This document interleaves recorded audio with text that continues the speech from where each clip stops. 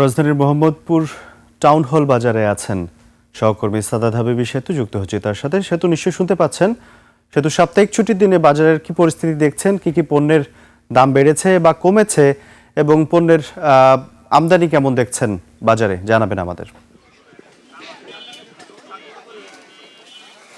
আপনি যে প্রশ্ন দিয়ে শেষ করলেন সেই প্রশ্ন দিয়ে শুরু করতে চাই। আমদানি, এখানে যারা বিক্রেতা রয়েছেন তারা বলছেন আমদানিতে কিছুটা ঘাটতি রয়েছে এবং সেটির কারণ প্রচণ্ড শীত। এবং আপনি সকালবেলা বাজার দরের কথা বলছিলেন, সেই বাজার দরের কথা যদি বলতে হয় তাহলে সম্ভবত এই শীতের মধ্যে বাজারে আসলে যারা সাধারণ ক্রেতা রয়েছেন তারা এমনিতে একটু মেজাজ হারাবেন।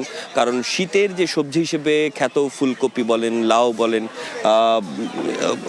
এগুলোর দাম যেভাবে বেড়েছে, আমি ২৬ ডিসেম্বর থেকে আজকে ৯ জানুয়ারি যদি ১৫ দিনের একটা তুলনা করি তাহলে পটলের দাম এখন ২০০ টাকা কেজিতে বিক্রি হচ্ছে, যেটি ৮০ টাকায় ছিল। লাউয়ের দাম প্রায় যেখানে এখন ৮০ টাকা হাঁকানো হচ্ছে, ৮০ টাকার নিচে আপনি পাবেন না। জালি বলে ছোট লাউ যেগুলো, কুমড়া, চাল কুমড়া, সেগুলো ৮০ টাকা পিস করে চাওয়া হচ্ছে, যেগুলো ৬০ টাকা থাকে।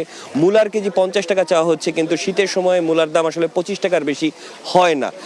সুতরাং যে ধরনের দাম শীতকে ঘিরে আসলে ক্রেতারা আশা করেন তার কিন্তু আমরা এক ধরনের ব্যত্যয় দেখতে পেয়েছি এবং শীতের সবজির তুলনায় দাম অনেক বেশি বলেই আমরা দেখতে পাচ্ছি। এবং পেঁয়াজের দামটা ৬০ টাকা রয়েছে, সেটির দাম কমেছে। এর বাইরে শীতের সবজির দাম খুব বেশি রয়েছে। এবং শেষ করব পোলট্রি মুরগি দিয়ে। প্রোটিনের চাহিদা, পোলট্রি মুরগি, এটা সোনালী মুরগি, এগুলোর দাম কেজিতে ২০ টাকা, পোলট্রি মুরগির দাম কেজিতে ৫ টাকা, হাঁসের দাম কেজিতে ৫৫ থেকে ৮০ টাকা বৃদ্ধি পেয়েছে। সব কিছুতে আমরা এক ধরনের বাড়তি দাম আজকের দিনে বাজার দরে দেখতে পাচ্ছি। তবে চালের দাম আগের দামের মতোই স্থিতিশীল রয়েছে। এই ছিল আমার কাছে সবশেষ বাজার দরের পরিস্থিতি। সেতু, ধন্যবাদ আপনাকে।